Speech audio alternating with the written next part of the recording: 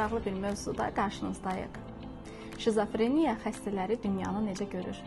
Biz bugün bu mövzunu kimlərlə müzakirə edə bilərdik, kimlərlə danışa bilərdik? Psixoloq Nəcəfov Rövşən bəy və klinik psixoloq İsayeva Leyla xanım yanımdadır. Xanımlar öndən dedi Rövşən bəy, sonunda qalmışdı. Pasient deyirdi ki, nömrələrdən mənə mesaj göndərir. Yəni buna inanırdı. Psixoloji pəncərədən baxsa fərqindəliyin olmamasıdır. Heç olubmu ki, elə bir pasiyentinizin danışdığı hər hansı bir hadisə və yaxud da ki, dediyi bir cümlə sizi həm düşündürüb, həm də güldürüb? Bir pasiyentim var idi, onun beynin içində hər axşam yeyib-içmək məclisi qurulurdu. Oradakı kommentlərlə, smayliklərlə ona mesaj göndərilir.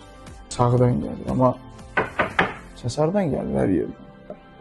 Mesaj olaraq bunu demək istəyirəm ki, sənin qulağına səs gəlirsə, sən gözlə nələrsə görüşürsə, mən onları tanıyıram.